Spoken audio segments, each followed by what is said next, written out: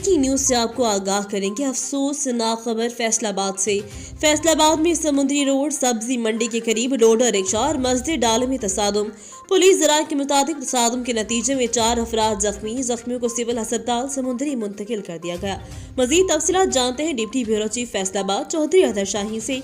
जी शाहीन, क्या तफसीलात हैं, आगाह कीजिएगा।